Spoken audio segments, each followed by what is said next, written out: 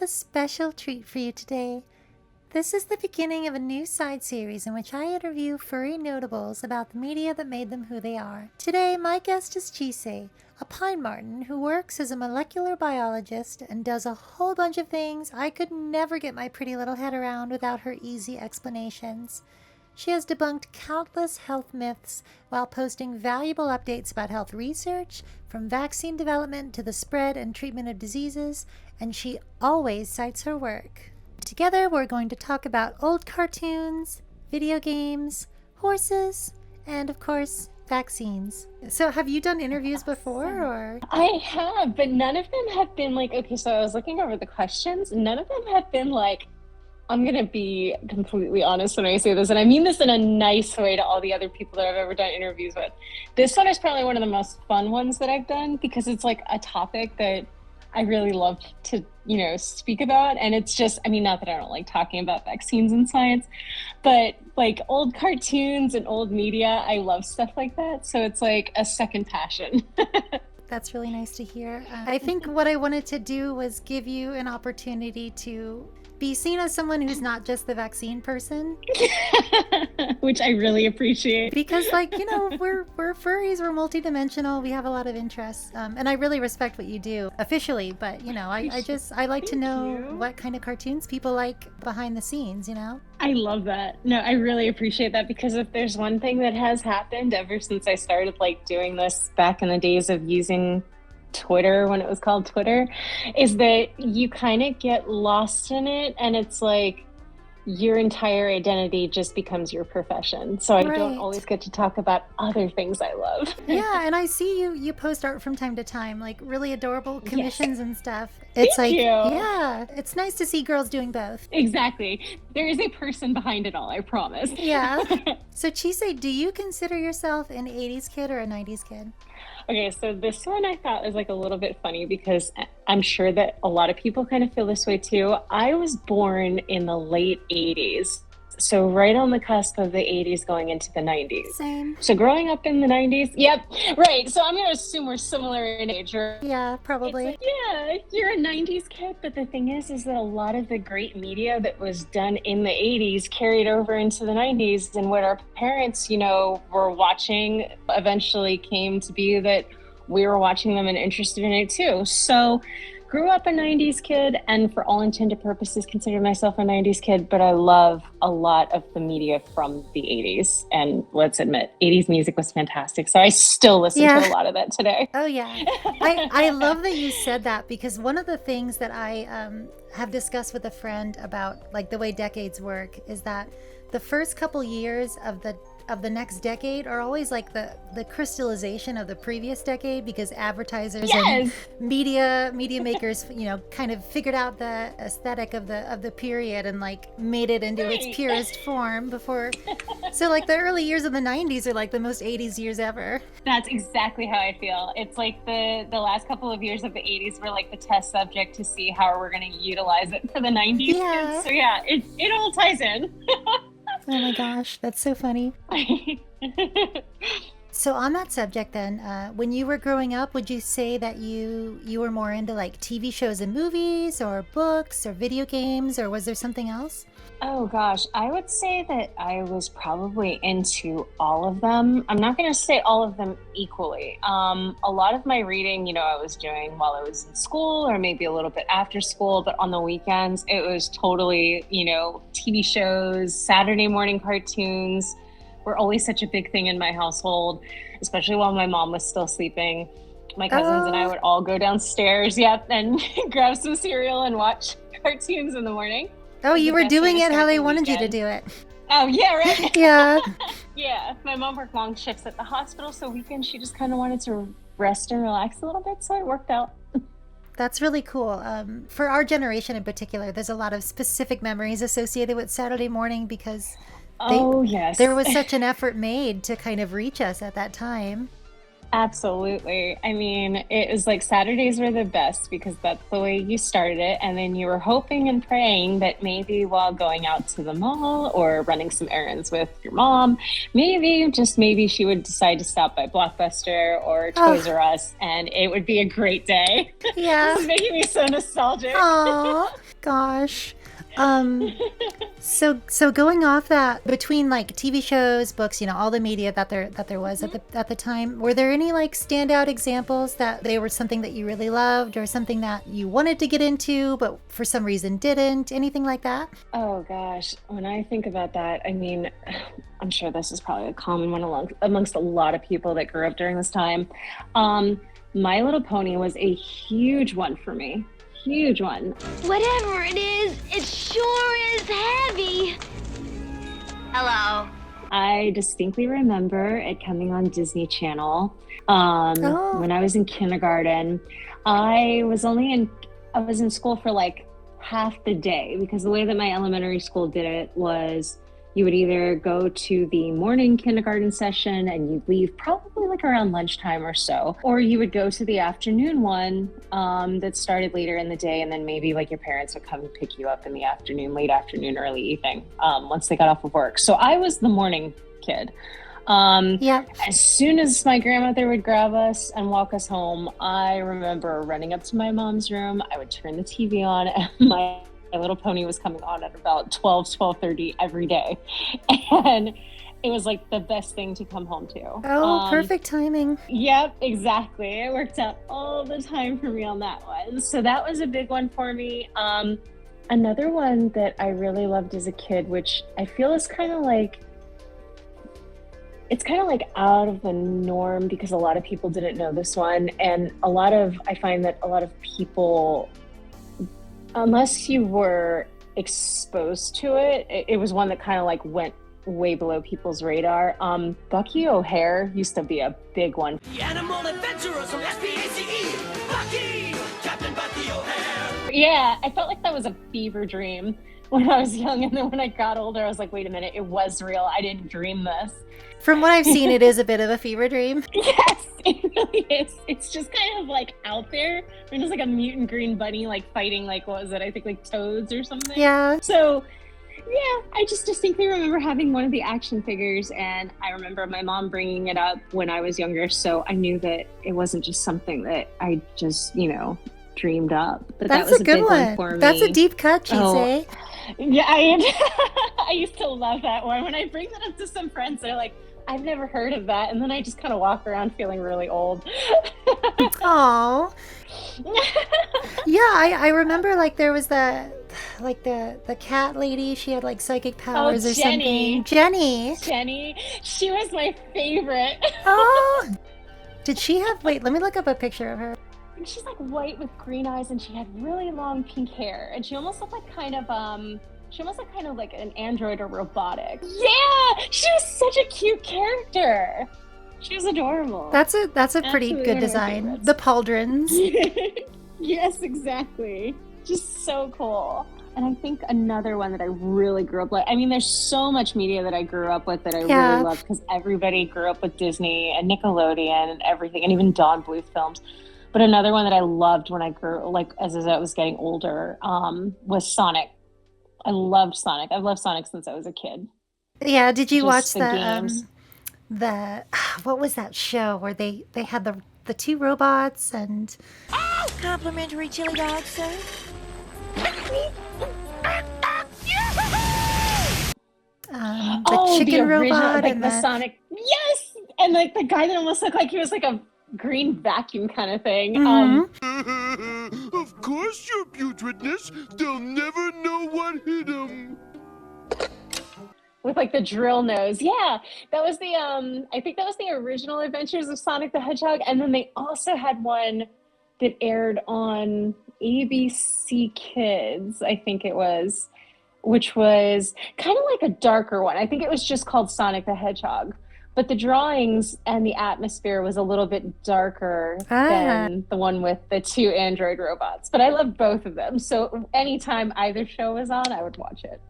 Yeah, I don't consider myself a Sonic scholar, but I did watch at least one of those as a kid. I just loved the video games. Those were ones that I grew up playing. My mom and I would play them together all the time. Any levels that I wasn't good at, cute. She would help me get through them. So it was like, that one will always have like a really really special place in my heart. Were you playing on Genesis or Game Gear or? Oh yeah, Sega Genesis, the original one. I'm definitely gonna show my age. That was my first system I'd ever had. My first game system. It was one of the best and so much fun. This new Sonic the Hedgehog, oh, he really doth my doilies. They say he's incredibly fast. Well, what's the hurry, mister? And about his attitude. Smarty pants. Why can't it be more like that nice boy Mario? Oh! I know that there are a lot of Sonic games these days. I haven't really played any of the new ones. I've just watched people play them. But yeah, the Sega Genesis ones, I'll play those over and over again on my Switch. I love them so much. Nice. So you had a Genesis. Let me ask, were there any other games that were standouts for you? Oh yeah, this one's another one that was like feeling like a fever dream that actually turned out to be real, because I just looked it up last week because I was like, God, I remember playing this game, and I'm like, I know the name. It's called Crystal's Ponytail. Crystal's Ponytail? Yeah. I was just talking to my husband about this one. Whoa. This looks really cool. I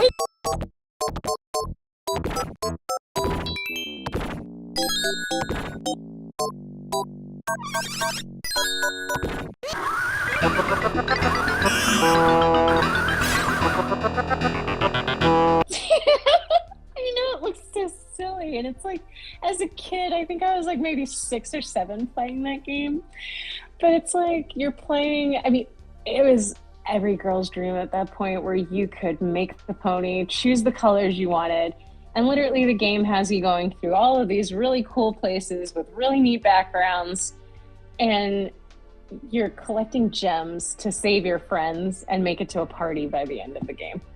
Oh, that box art is like Chise the Mousetrap. Yes, exactly. It's adorable. It's just like it was so much fun.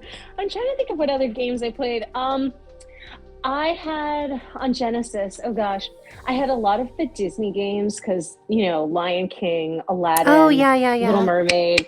Yeah, Gosh, those Lion all King came was a out good on Sega game. Genesis. Oh my God, that's one of my favorites, but I remember being so frustrated with it as a kid. Yeah. There were just some levels, I was just like, oh my God, you got to be kidding me.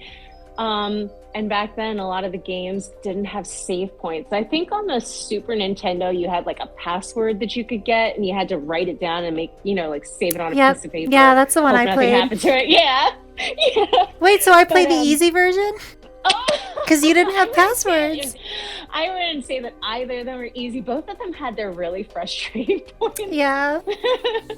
So I'm trying to think of what else. What else did I have on Sega Genesis? A lot that I really remember was really just a lot of Sonic cartridges and a lot of Disney cartridges, and maybe, you know, the wild card like Crystal's Ponytail. Everyone has one of those like games that no one else has ever heard of in their background. Exactly. Oh, it was so fun though. So earlier you mentioned Blockbuster. I want to ask if there were any fuzzy memories of VHS rentals that stuck out with you? Oh my God, absolutely. There was one video, I swear, I thought that the person that worked at Blockbuster was probably going to tell me one day that I couldn't rent it out anymore. Because every week I would come and I'm like, please, like, let me take this again.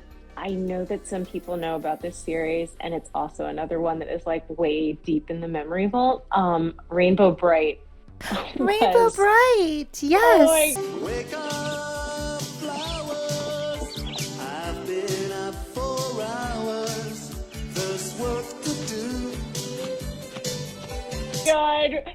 Oh, I loved horses as a kid, and any who piece didn't? of media. Yeah, right? It's like, that's what they like kind of accustomed us to. Like you said, the Chise with the Mousetrap, it was like, you put a really pretty pony or a really pretty horse on it. Yeah. I mean, and a horse that talks, it was like, great. So Rainbow Bright and the Star Stealer was one that I would take out Oh, the constantly. movie. Oh, gosh. The movie. The yeah. movie is so good. I thought it was one of the best. I actually saved it on a link that I found online because I'm like, I don't want to ever lose this movie again. And then I also sat there and bought it on DVD like years and years and years ago just to save the physical media. Yeah, that's really important. It's nice to know that like even people who aren't in like the media preservation sphere are still thinking about that in this day and age. Oh, absolutely. It's like, it's great that it's online in so many forms, but at the same time, it's like you just really want to be able to grab it and have it whenever you can.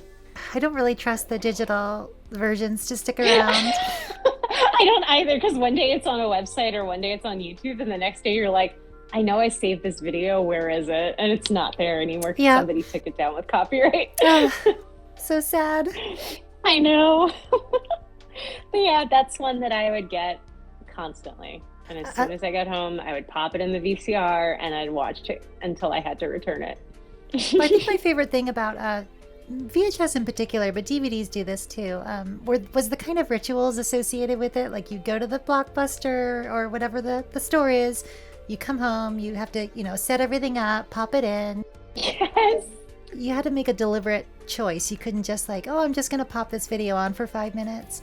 Exactly. And it's like, you just really couldn't just have it on in the background either, because you knew you were going to eventually have to give it back. Yeah. So it's like, you better sit down and pay attention while you can. Yeah. Some good songs in that movie too, so actually. Good. Oh my gosh, I love it. Not to mention the animation was fantastic. Like, it's just so good.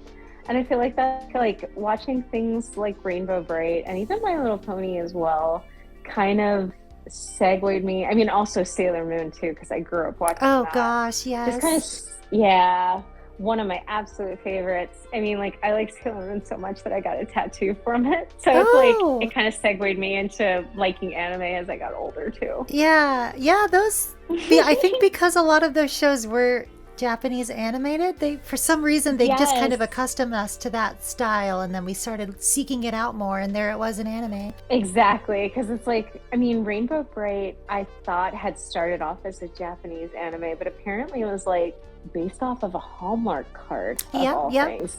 So it's like, I was like, oh well, I guess I'm gonna fall into that one. And then another tape that I would rent frequently that also feels like falling down a rabbit hole was Little Nemo. You're Flip. You're a frightful fellow. You got it. I'm frightfully funny, frightfully friendly, and I can make your dreams come true. Was actually drawn and was Japanese, like by Japanese animators. Yeah, TMS. Yes. Oh my gosh, that was one of my favorites. And I was just like, why is it that this cartoon style is so different? And I think that seeing those at such an early age just made me fall in love with animation in general. But yeah, that's another one that I had to look up, and I'm like, okay, I didn't dream this one up either. It's real. Or The Last Unicorn, another one. Just all of those. I love those so much. The old versions just take me back, and I love it. I have a theatrical poster of Little Nemo in my room right now. Oh my gosh, that's so cool. It wasn't a childhood movie for me, but it was a childhood movie for my partner, and he introduced me to it, and I'm just like, this is like watching candy. This is just pure fun. Yep. Oh, that's so funny, because when my partner and I got together, we both kind of, got to sit there and reminisce about that film. And it just seems like a lot of people end up knowing it. It got a lot of play, I think, in video stores.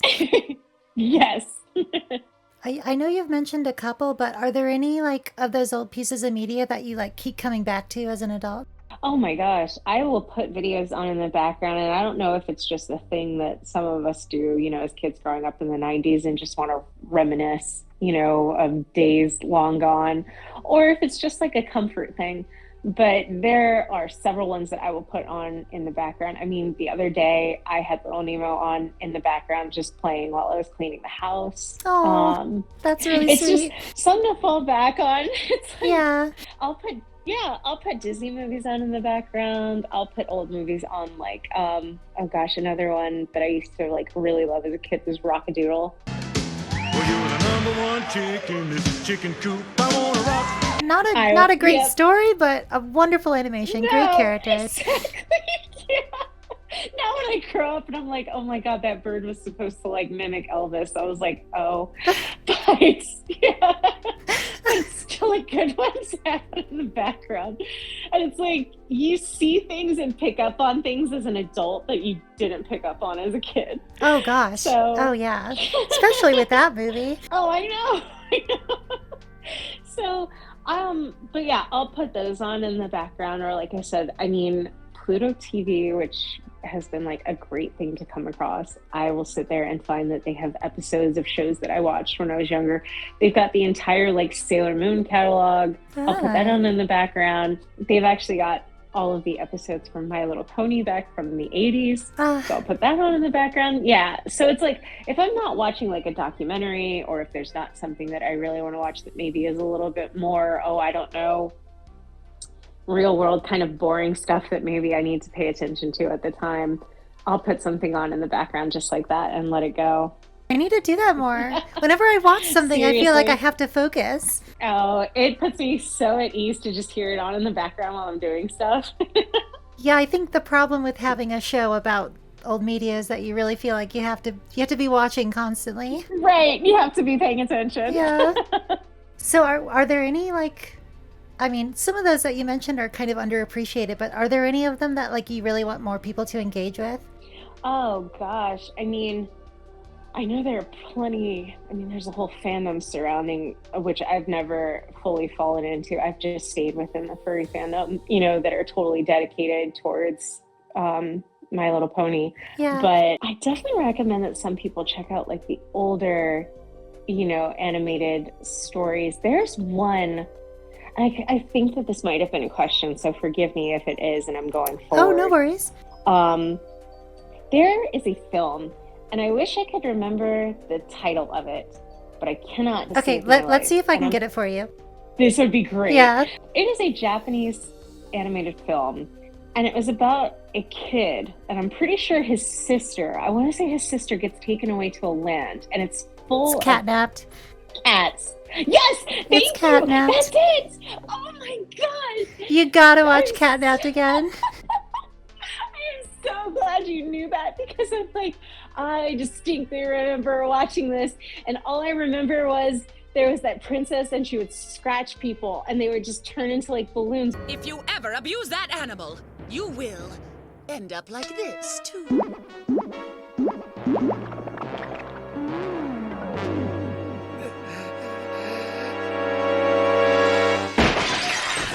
But he turned into a cat, and there was a giant cat that was like in the air, and I haven't seen that film in probably over 20 years at this point. Wow. So it's like, I really gotta find it again. So now it really holds up. I will send you the link after this interview, because that movie, watching it now as an adult makes me cry.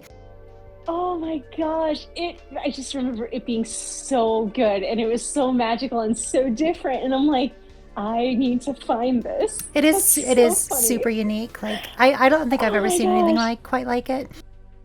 I loved that movie, and that's one that I wish more people knew, because oh my gosh, so good. Yeah, right there with you. Oh, trying to think of what else. There was another one that I distinctly remember renting from Blockbuster, and unfortunately it was in the form of, I think each VHS had like 2 to 4 episodes. Oh, that was the worst. And I can only ever, I know, because you can never, I mean, unless you knew that the store had the rest of them, or you were maybe just SOL, and you maybe had to go to Suncoast. Suncoast used to be one of my favorite stores. Oh gosh, I love Suncoast. Oh, I miss it so much. It was a white dog, and she had pink ears, and I'm pretty sure she was like a detective, and I want to say it was called Poochie. Yep, so Poochie's like a 80s stationery line, but they made like one OVA or whatever of her. Yes! Oh my She's got like that kind of like android manservant thing going on. Good morning, Poochie. Any contacts from EG? Negative. Okay, let's see the Dear Poochie mail. Yes, exactly!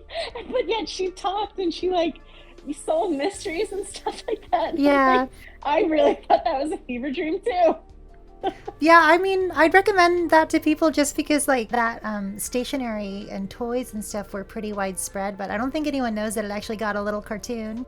Right. And that's okay. So that explains why it was just a short little tape that maybe we got, because if it was just an OVA, that's all that they had. Yeah, I think it was so maybe funny. a pilot or something, or that they just released as a movie. Oh, it was so, I remember that being super, super cute. God, now when I think about all these movies and stuff that I watched as a kid, and you wonder, oh, how did I get into the furry fandom today? And it explains everything. It really does. They primed us. They primed us for this.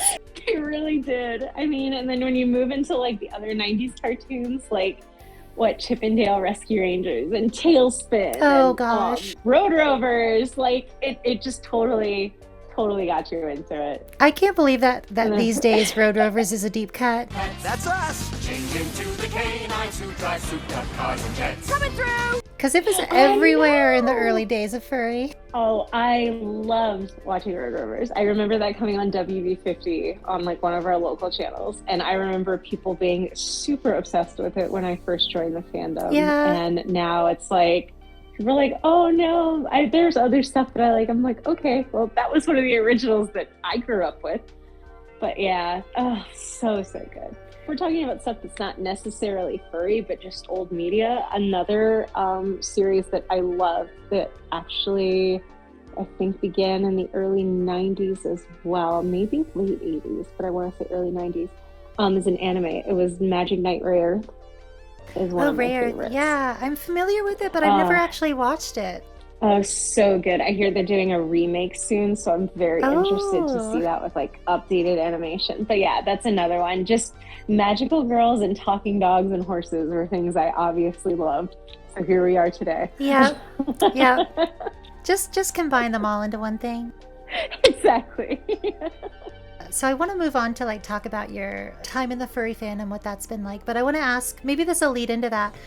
Do you remember the first time you had a crush on a character in a cartoon or a movie? Oh gosh, that's so hard. I'm trying to think. Let's see. Oh man, I think I grew up with like several crushes, but in the sense of having that crush, I was like, that's what I want to be like. If that makes sense. Yeah, totally. Yeah. So like a lot of like femme or like female really tough characters or smart characters, like that just seemed so cool to me. They just like stood out. Characters like, I'd probably say Gadget was probably one of my first that I was just like, oh my gosh, I want to be just like her, from Chip 'n Dale Rescue Rangers. Yes. Like really smart, really cunning, like she was witty, she knew her stuff, and she was just like a huge part of the team. I thought she was really cool. Another one that I loved, I was a little bit older at this point, maybe like in my teens, I think, because I'm trying to think of when this movie came out, but Treasure Planet, Captain Amelia. Oh gosh, Captain Amelia is something else. Oh my gosh, she was awesome. I loved like the really tough, like pulls no punches, takes no crap kind of female characters. Yeah. And I loved them, and that's what I grew up crushing on. Those are great examples. I think furries need to revisit Treasure Planet. Oh, that movie is so underrated. It's so underrated. I just remember like I was actually at my aunt's house one day when I picked up that, I can't remember if it was a VHS or a DVD at the time. I want to say it was a VHS. My uncle had bought my cousin a bunch of movies, and, you know, because she was an only child, she kind of had it all. So she just had these videotapes just kind of sitting around, and I was like, oh, this is one I've never heard of.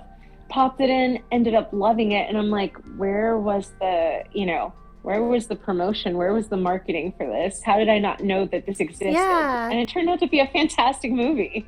There are so many movies where people assume that they're bad because they, you know, quote unquote bombed, but a lot of the reasons why they bombed is marketing, not content. Exactly. And yet they become like classics today that everyone loves. And it just wasn't at the time. Atlantis was another one that was fantastic. Super good movie, but did not get half the credit that it No, deserves. totally. So, Gosh. but yeah, Treasure Planet, definitely one that everybody should check out at least once. Okay, people, you have to take Chise's advice on vaccines and cartoons. So how did you find your way into the furry fandom? Like, were you introduced, or did you stumble upon it, or? I would say that I was introduced to it, but also, I mean, growing up exposed to all of the anthropomorphic cartoons, it's like somewhere deep inside you had that love for that. You know what I mean? I just didn't have a name to put with it. But my coworker, I don't work with them anymore. This was years and years and years ago, was just kind of drawing in a sketchbook. She was working as an assistant at that time.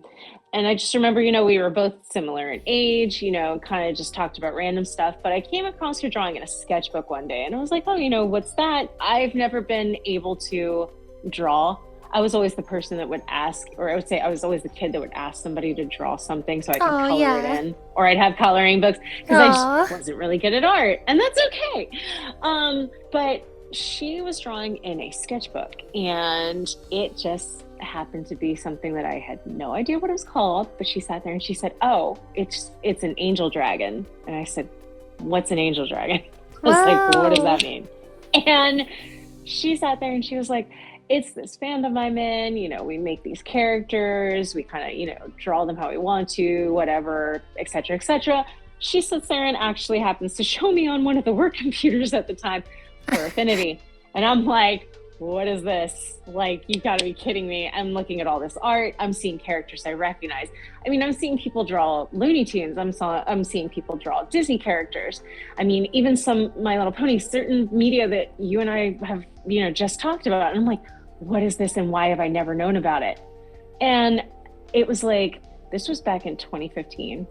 And I just fell headfirst. So I've only been in the fandom for 10 years, but I feel like I've been in it for more like 20 something. I just took a speed run through furry. Most people's furry stories, like, oh yeah, I saw someone drawing a wolf. I love that yours was an angel dragon, and then immediately you were led to Fur Affinity. Like, yep, it was just that fast. And right into the deep end.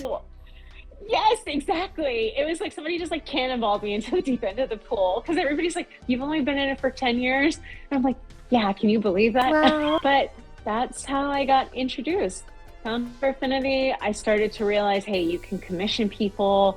I set up, my PayPal, and this was my way to pay people and ask them to draw something, get ref sheets. It was the most amazing thing ever. And I just never looked back. It was the best. That's awesome. Yeah. I'm glad furry has been, because, for me, and I think for a lot of furries, it's very, I don't know, it's just part of us. So it's nice to hear that, like, somebody could get into it as recently as 2015 and just be so enamored with it and just have such a good time. Oh, yeah. It's become, like, a big, it's been a great escape in a sense, too. To just look at things that you love. And especially coming from a person, because I can't draw. I shouldn't say I can't draw because everybody always says, oh, don't say you can't draw, you got to practice. Of course, I'm not decent at it. Let's put it like that. I'll doodle, but I'm not very good at it.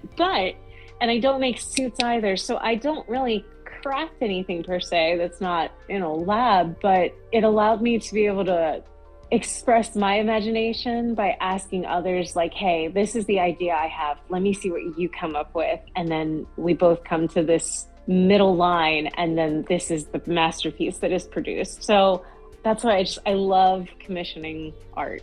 Yeah, furry has, I don't think people talk enough about how, like, at its core, furry is kind of about collaboration. Yes, 100%. Between, makers and creators and, of course, just fans of things. But it's, as someone who commissions a lot of art myself over the years, like, it's nice to hear that you have that similar perspective on it. Oh, 100%. Absolutely. Could you tell me about your persona?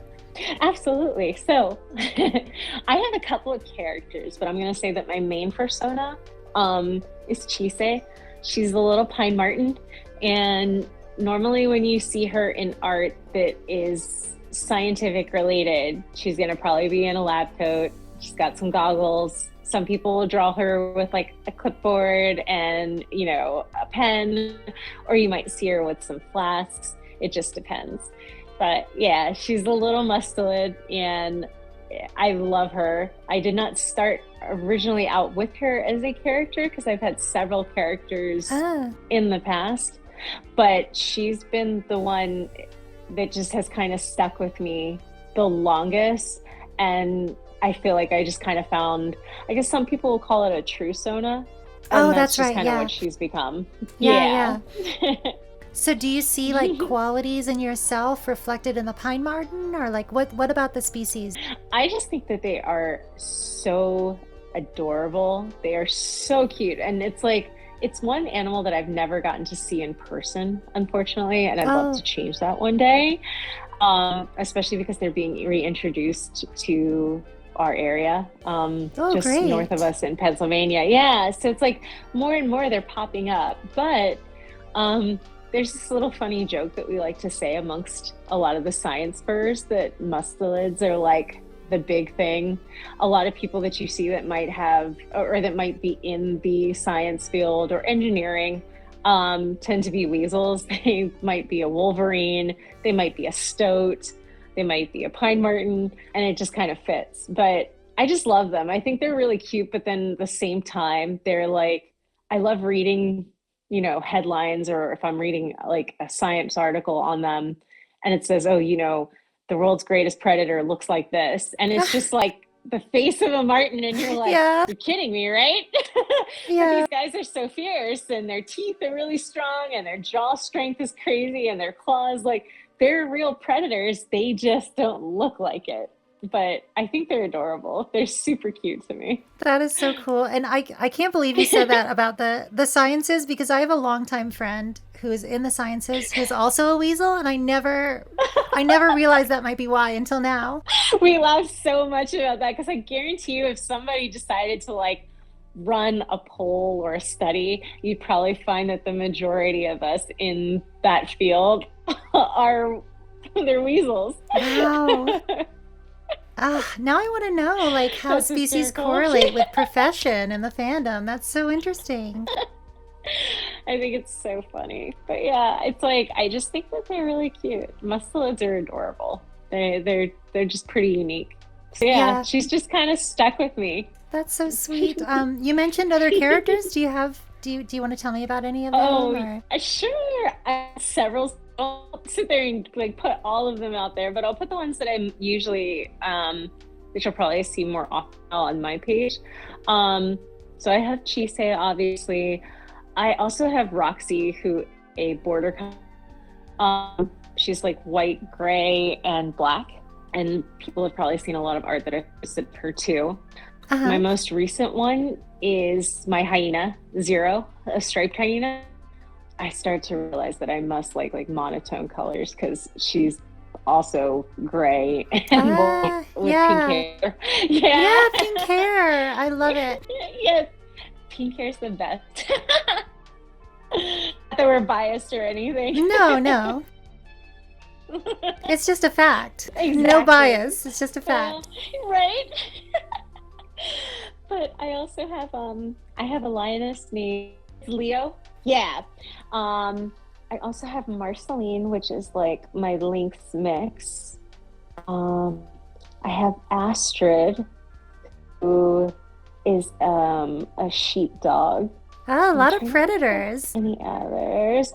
You know what? I start to notice I don't have a lot of prey characters. So I'm like, oh no. Oops. Yeah, I have a lot of canines at the moment, and 2 felines or 3 felines. So yeah, there's a lot of predators now that I think about it. But I have been looking around and I've seen some bunny characters that I like, so I'm trying to go to the other side. Oh, okay. Some people gravitate toward like one or the other, and some people are just like, they don't care. They're just both. Yeah, I mean, to be honest with you, I did give a fair shot to like having like a hooved character, like an antelope, or maybe a horse, you know what I mean? Yeah. It just didn't stick. I love them as characters, and I love seeing people's sonas that are those kind of animals, but it just didn't technically stick for me. You have a fursuit, right? Oh, yes. So I have Chise is a fursuit that was made by Phoenix Nest back in Oh my gosh, it feels like that was years ago. That was back in 2020. Okay. Before yeah. everything started. Gosh, yeah. That's why it feels so long ago. And then I have Roxy as well. So fun fact that Roxy was not my original character. I actually fell in love with the suit. It was owned by someone else, actually a really good friend of mine.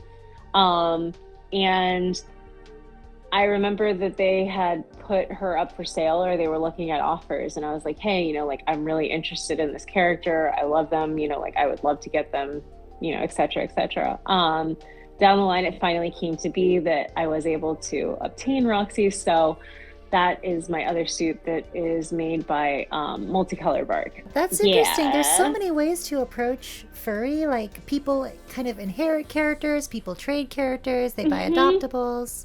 So that sounds totally normal to me. Yep. Actually, I've got to say, I think like 9 out of 10 of my characters throughout time have been adoptables. I mean, there are so many artists in this fandom that just are amazing, that are extremely talented, and they make fantastic adoptables that you can just turn into your own, you know? So that's what, I mean, Zero was an adoptable by Plush Dog, and just that's totally, cute. I tweaked it.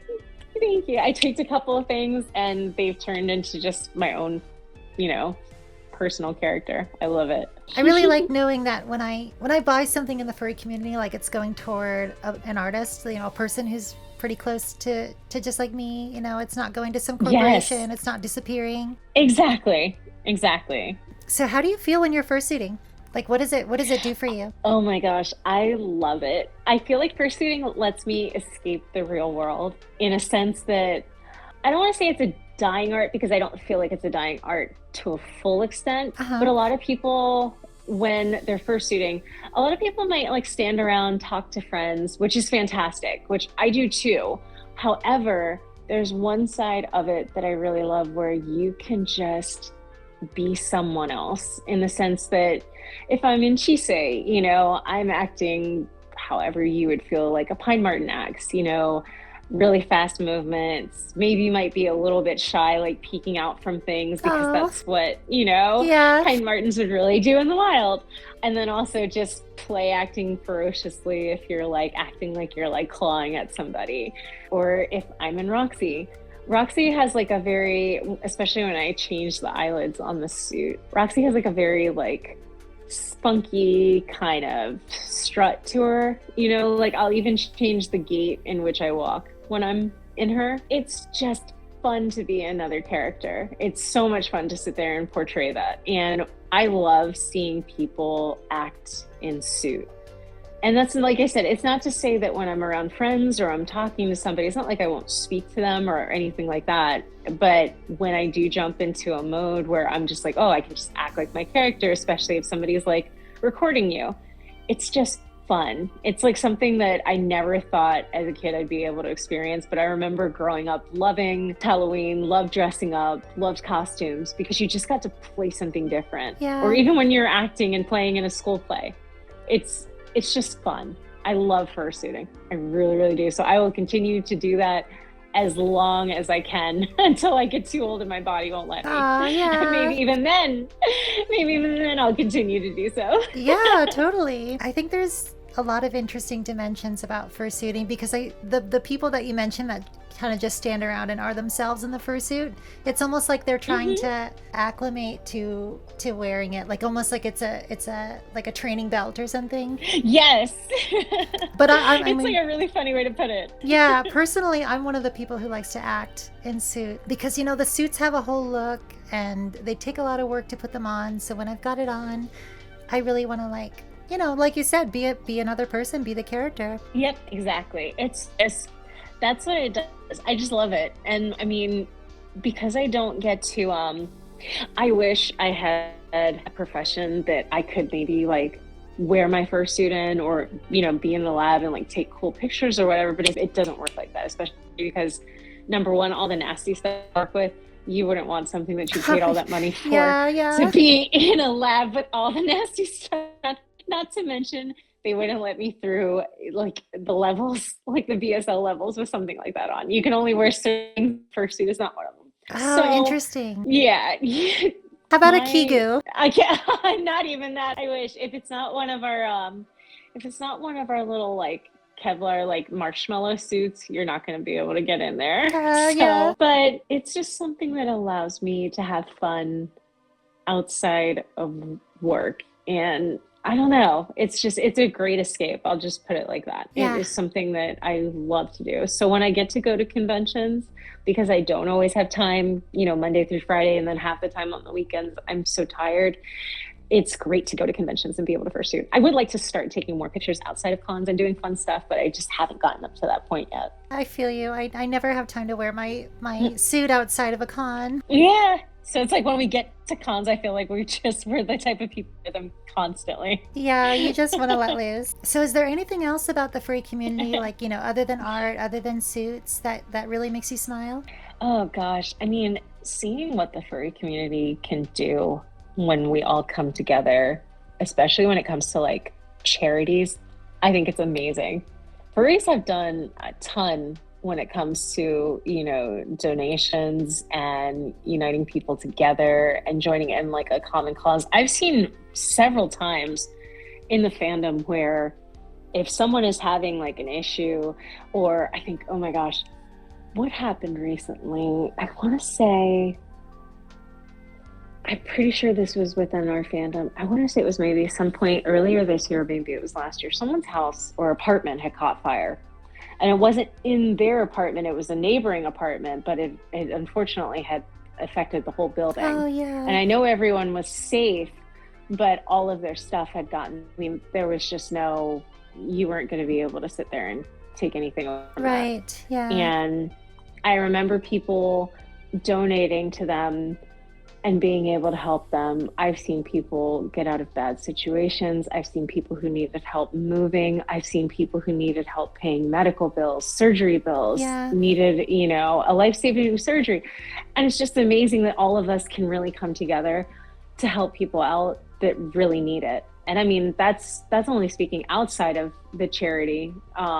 Right, yeah. I mean, that's just like cons. Mutual support. That's just a part of it. Exactly. Yeah. And I don't know of any other fandom or any other group of people that can do that literally on the scale that we do. So that's one part that I really like seeing. When people need help, everyone seems to be there. And it's like, it makes me thinking, if there was ever a time, knock on wood, I've been pretty blessed with everything in my life currently, but if there was ever a time that I needed help, I know that there would be people and friends that would be right there for me. And that's another part of the fandom that I love. The amount of friends that I have made. I can't say that I grew up with a huge group of friends in the years of high school or even in college. College was a really lonely time. I was so focused on studies, and it's very difficult. I mean, I was on the equestrian team, and it's like you had some friends there, but you didn't have I don't know. I just didn't have that core group. I am so jealous of you right now. Wow, what's the equestrian team? Yeah, that is so cool. Oh my, listen, that was one of the selling points, even though it was like the state college to go to, because the University of Maryland, being, a resident of Maryland and living here, I was like, oh, that's great. I'll be able to be close to my family, whatever, Then I sat there and found out that they had a campus farm and they had horses and they had the veterinary program, which is what I jumped into. I'm like, I'm joining that team. And it was great. But at the same time, it wasn't like, there were just certain things that you couldn't talk to people about. I couldn't nerd out with those friends. I couldn't talk to them about, anime or even furry stuff if I had been in the furry fandom at that time. Couldn't really talk to them about that. So yeah, the furry fandom is a great place to find yourself and kind of find your friends too. Definitely. Well said. Well said. So you talked a little about college. Did you always know that you were going to be a molecular biologist, or did you have a different goal when you were younger? I had a different goal. I swore up and down to myself, to my mom, to my family. I swore to everybody that I was going to be a veterinarian. I was going to have my own practice. I was going to be a horse, equine veterinarian. I was going to have my own hospital, and it was going to be great. And it's amazing how life kind of throws curveballs at you, and it's like, no, this isn't what you're going to do. This is what you're going to do. And you're actually going to really end up loving it. I went to University of Maryland, majoring in animal sciences, focusing on equine science. Literally, I got this is going to sound so weird because it's like, no college student is rich, and my family certainly wasn't rich. I got my first horse by working at the campus farm on University of Maryland, and I remember writing a check for him for $300. Wow. Yeah, I mean, horses aren't expensive to buy. They're expensive to upkeep. Exactly. And so the great thing is that because I worked at the campus farm, my boss actually had her horse over at a neighboring farm. So I was able to just use her trailer. We got him over there and he stayed over at that farm. And it was like, as long as you worked, I would go over after school just about every day. Yeah. As long as you worked on the farm, you could make your keep to board your horse. Oh, yeah, so it yeah, worked yeah. out. It was fantastic. Well, that's a cool college. Talk about dangling the carrot. You're telling me it was some of the best years ever, just because of the stuff that I learned and the stuff I got to do. But that's actually how I segued into where I am today. I really thought that I had wanted to go into veterinary medicine, and I ended up taking an animal anatomy class. And through that animal anatomy class, I met a professor. Her name was Dr. Black. And she also happened to be the professor for laboratory animal management. So not only was the campus farm connected to the animal science wing, we also had a full-blown lab that University of Maryland researchers and postdocs and postgrads were working in. And I was pretty much introduced to a whole new world where I'm like, there's stuff that we could be working on and studying that helps people live, that helps people survive, that helps people in other countries to be able to fight, diseases and ailments and everything of that sort. And I'm like, what is this? And how do I get into it?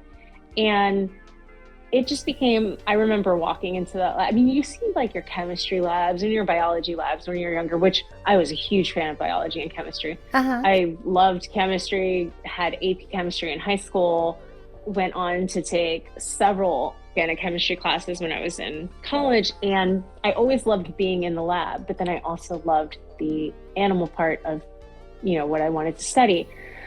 The problem is that being a veterinarian, that there are really bad parts of the job. And Definitely. The bad parts that come with it, I could not handle it. And I am okay to say that I couldn't handle it. Like, I don't have too much pride in myself to say, hey, I can't take this part of it. It breaks my heart too much. It makes me sad. I can't do this. And that stood in my way. And I thought to myself, hey, maybe you just like to enjoy being around animals. You like horseback riding. You like walking dogs. You like, you like seeing them, when you go out in nature. And that's fine. Maybe it just wasn't, in the cards for me to be someone that was taking care of them. So through working at the campus farm, I started to segue into working in the campus labs. And through that, I found that there were, other things that I could throw my time and my energy into.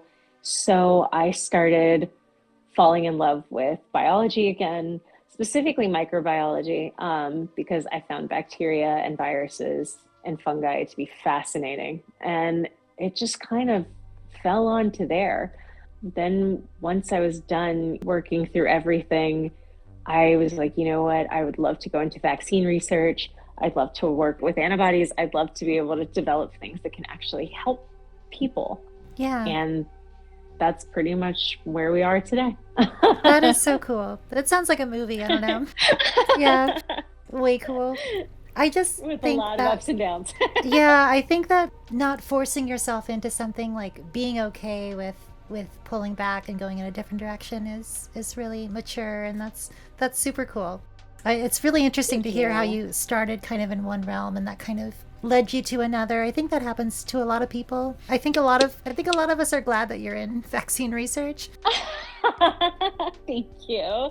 I'm happy to be in it. It's like I said, I love animals and I always will. There are just parts that I was like, maybe I just want to be on the lighter side of it and continue my love for them, but maybe this isn't meant to be my occupation. And that was okay.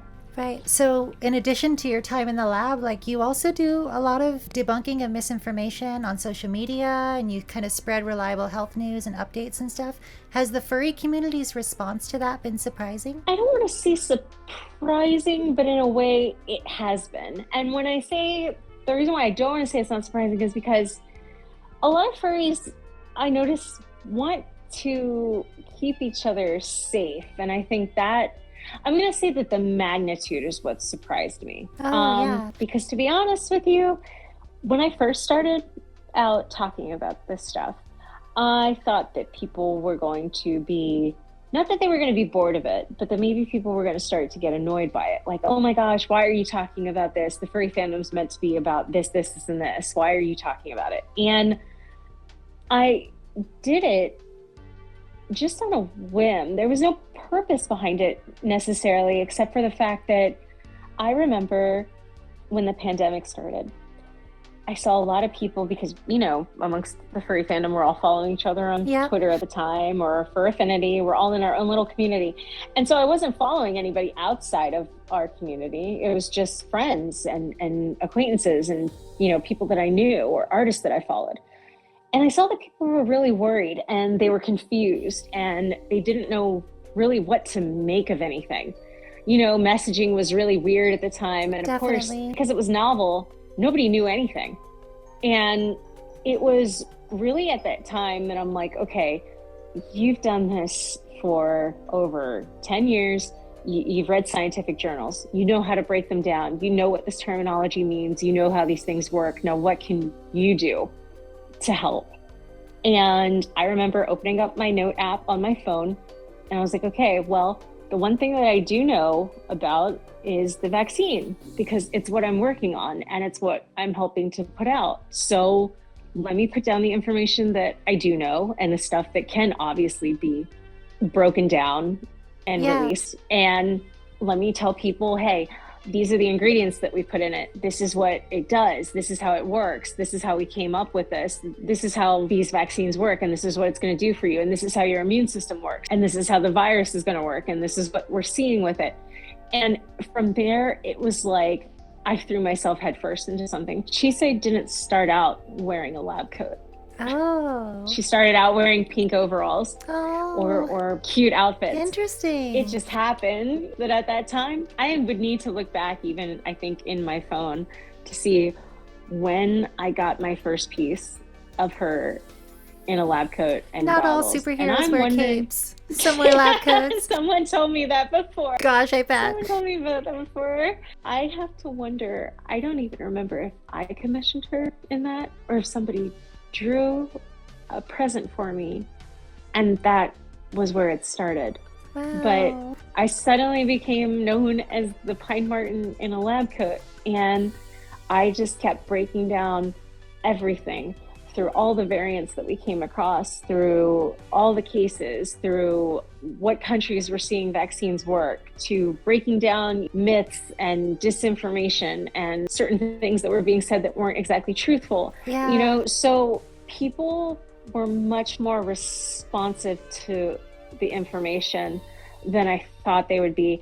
And that part is what surprised me. And I think what surprised me is I didn't expect it to jump out of the furry fandom quite in the sense that it did. Yeah, it was everything was really real time back then. Oh, absolutely.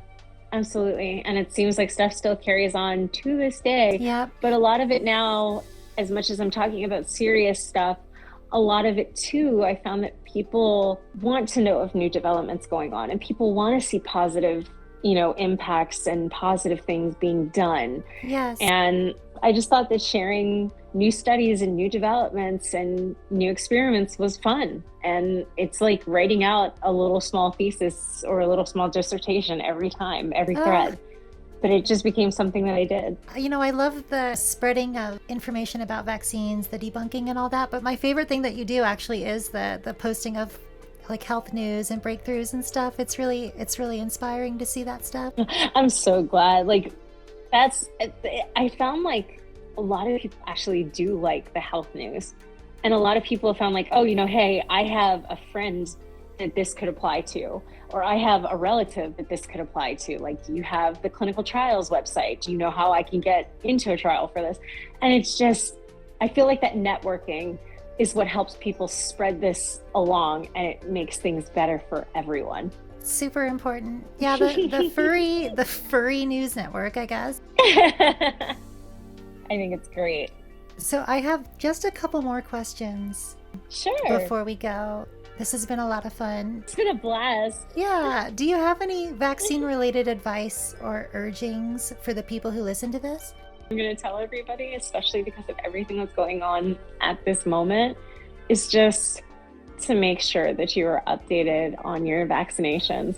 I know it's really hard sometimes and a little bit off-putting, and it might be a little bit, scary for some people. Hey, I don't always like needles either. It's weird to say because I work with, on vaccines. I just don't always like the needle part. I don't like being on the other end of administering it. So it's like, I'll watch some videos while I get my vaccines and it's all good. But the biggest thing I can tell everybody, make sure you're up to date.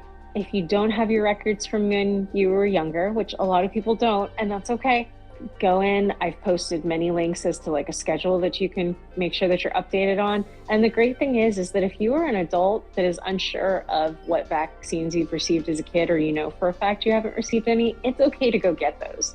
You just start your series. One, for example, that's been going around now, unfortunately, because of disinformation, measles. Yes. Getting your MMR, yeah, super important. Super important. It's okay to get that as a booster. A lot of people will go and maybe get their antibody titers checked. Totally fine too. Yeah, that's what I'm going to be sometimes, doing. There you go. So you'll see if you still have any protection. Some people say, hey, I still had antibodies against measles, but I didn't have any against mumps. So they'll go and they'll get a booster. And it's funny because I'm currently working on a mumps mRNA vaccine because we know that sometimes what we see is that a lot of people, while they might still have antibodies against measles, the mumps aspect of the vaccine might not still produce those antibodies to this day. I mean, let's admit a lot of those, a lot of us got those as kids, like way back when. Yeah. Good one to stay up to date on, but it's never too late to get those. Make sure you're up to date on them. There's a lot of states and a lot of cities or counties that have, local health departments that will help you get them for like low to no cost. A lot of pharmacies work with insurances to get, free vaccines. And even places like GoodRx have discounts on vaccines too. So you don't have to pay full out of pocket if you've exhausted all your other resources and nothing else is working. So I definitely say just make sure that you're up to date on those. I would like to say that I was happy to read that Florida has backed down from banning all childhood vaccines or not requiring them. Thank goodness, because I know that was a big thing in the news lately. Yeah, it's like that's not a smart thing to do at all, ever. Definitely but not. If you see things like that popping up in the news, or like there were several states like at the beginning of the year that were trying to ban all mRNA vaccines, and it just doesn't fly. It didn't work. So they just kind of got shot down. So that's good. Still, that's good in the hear. meantime, just make sure that you're up to date on everything. Best thing you can do. Excellent advice. I think a lot of people are under the impression that because a lot of those vaccines like measles and mumps are referred to as childhood vaccines, like you can't get them as adults, or adults don't need them. But right, yeah. I mean, we used to call them childhood vaccines because you're expected to have gotten them or received them in your childhood, and that's it. But and if you didn't, then you need them. Exactly. Means you can still get them, and you can get boosters. I unfortunately had to. I'm not even gonna say unfortunately, because now I'm kind of happy that it happened. I had to get my MMR series, I think 2 or 3 times, because when I started my job, the occupational nurses could not read my pediatrician's writing because they scribble. Gosh. So they could not tell the date that I received it, so they couldn't put it into their system. So they ended up giving me a new round of shots anyway. Hey, there you go. It's all good. Exactly. So I'm okay with this now. Vaccines are really like the closest thing that we can get to having superpowers injected into us. Exactly. And one more question about vaccines. Sure. Do you have any recommendations for like people who want to talk to friends and family about the importance of vaccines, especially like if those people are hesitant about them after seeing so much misinformation over the years? Oh my gosh, absolutely. A lot of the times people have come to me with questions about that, or like, hey, do you have any sources that I can give my family member or my friend or whatever, whoever it is that they're talking to? And it's like, it is super easy. I always say it's easier to find misinformation online than the actual information. Yeah, unfortunately. Because it's like, it's super unfortunate that that is the case. However, if you do go look for it, I promise you it's there. One thing that I will always tell people, if it doesn't have a source that is peer reviewed, I would not sit there and buy it at face value. It's just easy like for in some school, to people. take it. Exactly. It's easy for people to sit there and take a template, type a couple things on it, make it an image, and put it online. No sources whatsoever. If it doesn't have a source, don't buy it.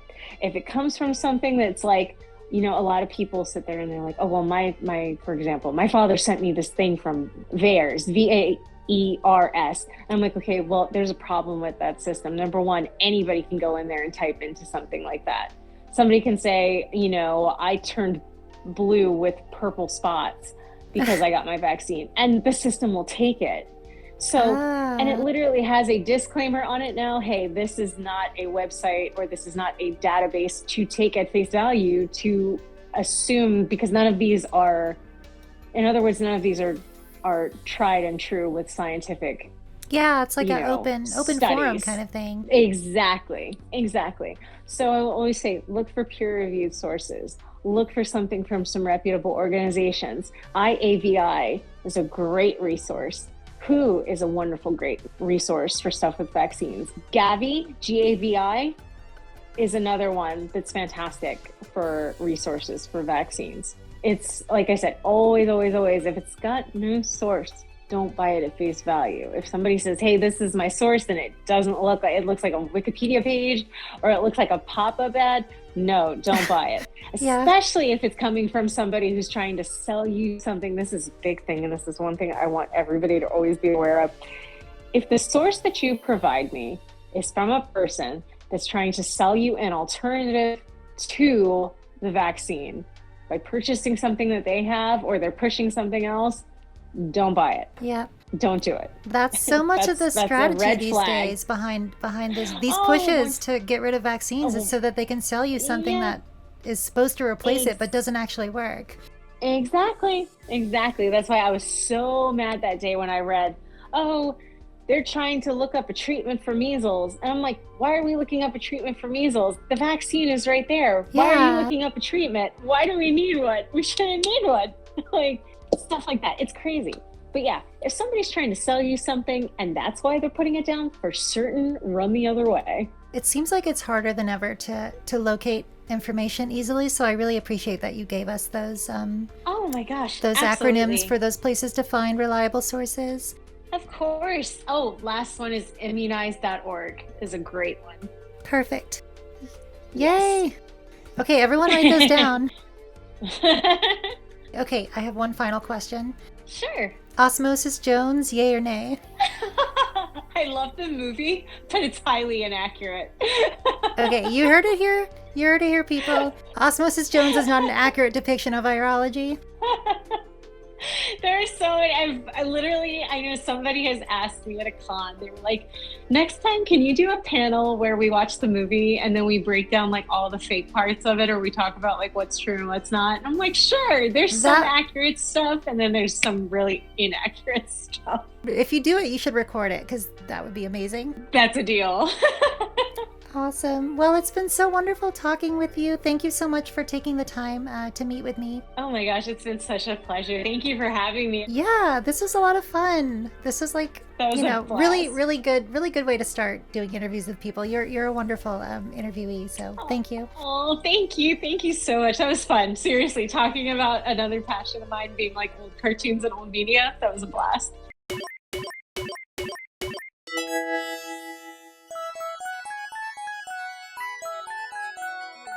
Good job.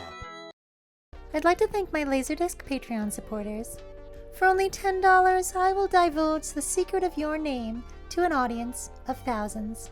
So thank you, Juno Crocuta, Bitter Corella, Cindy, Medicine, Aaron the Wolf, Spatchadoo, Goblin Horde Studios, Wisebear 288, Calanitas, Ferretfire, Liam Antine, King Butt Stallion, Starlight Prancer, Nobody 26, Iris J, Haldraki, Pathia Red Tonner, Dr. J, PhD in Moon Bunnies, Fellis Rin, Warbird, Carrot Azerti, Kawasu, Jimbo Husky, Tosca, Glotzilla, Neon Tapir Guts, Kadath, Chrono Flash, Dominic Foxley,